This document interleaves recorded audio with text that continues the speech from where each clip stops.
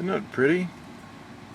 Almost perfect sine waves there. You'd think that was coming off of a function generator, wouldn't you?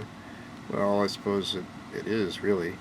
Okay, what have we got here on the horizontal time base? Ouch. Sorry about the light. Anyway, we're at 0.2 microseconds per horizontal division on that. The top trace is the voltage across the current viewing resistor, and the bottom trace is the voltage, the battery voltage measured at the board. Okay, and the baseline for the battery trace is actually not here; it's all the way down here, because we're viewing this at 20 volts per division. So we have 20, 40, and then 8, well, 47 or so. The batteries are weak. Okay, so the baseline is not there, it's there. Alright, this one though, the baseline is right across there. And you can see that that wave, let me show you here. Oops, sorry, wrong one. And of course we're triggering on that one. So, see there, the baseline there is right across there. So let's turn that back on to where it's triggered. Okay, so this is an extremely symmetrical sine wave across the current viewing resistor, being viewed at 2 volts per division. Okay, I'm sorry, at 0.2 volts per division. Right.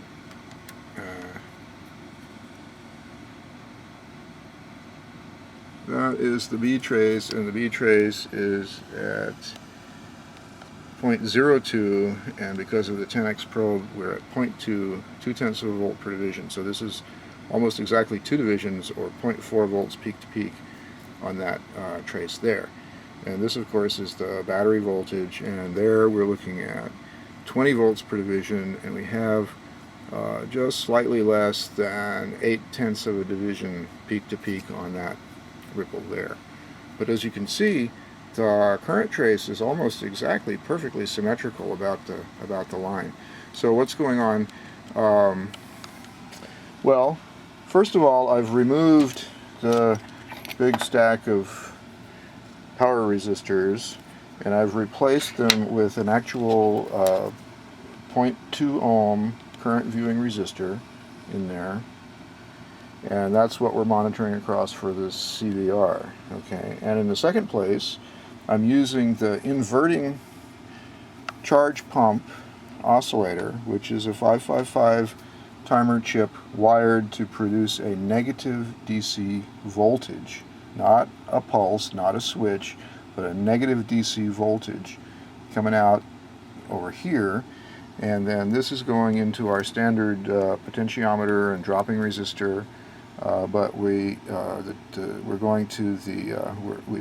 bypassed the 50R on the board. So we're just running the charge pump output through the potentiometer, which is cranked to one side because of the burn spot.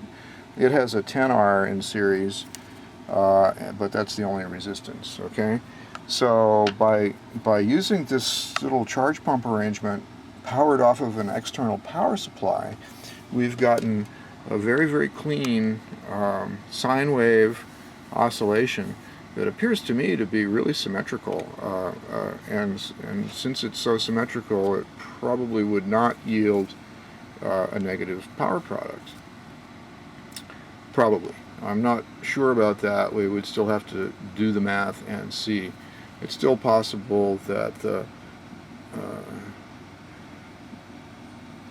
magnitude of the voltage ripple on the battery could cause the product to go negative, but I don't actually think that it will with this amount of symmetry.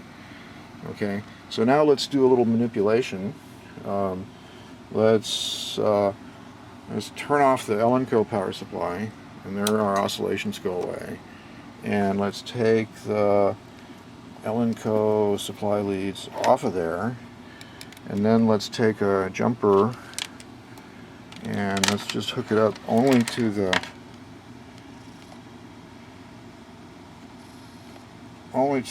positive input there of that charge pump, right?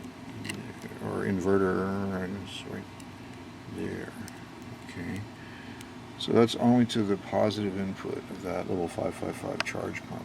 This section over here is a timer, but it's not being used. It's switched out of the circuit by that switch here, and we're not using it at all. And this is its power supply, just for the timer portion. But of course, we're not using a pulse. We're just using straight DC feed, bias feed. Okay, so now I've got the jumper hooked up there, and I'm going to just take the other end of that jumper and move it to the positive pole of the lowest battery in the stack. Okay, right there. And that reestablishes oscillations, as you can see. There we go. There we go. But there's a bit more noise and a lot more amplitude on that current viewing resistor with shade. My scope doesn't like the noise on that channel, on that top trace. But now this one, okay, again, looking at the symmetry of the traces, there's some more oscillation.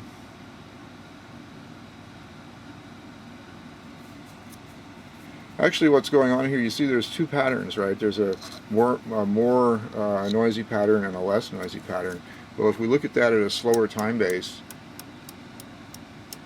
well, sometimes you can see that there's actually a superimposed little pulsation envelope on there, but it doesn't seem to be resolving right now. Ah, there it is. Okay, there it is. So you see that little superimposed pulsation on there. I don't know what that's coming from. But that's what this is. We have one region that has that noisier oscillation and one that has less noisy oscillation. Okay. So now if you would do the math involving that trace, you might wind up with a negative going power product. I'm not sure. We'll just have to wait and see. Okay, but at any rate, I want to emphasize that we're producing oscillations, if a bit noisy, using only the actual battery power supplies, no external battery, and no external bias power supply. And let's see, is the load heating up?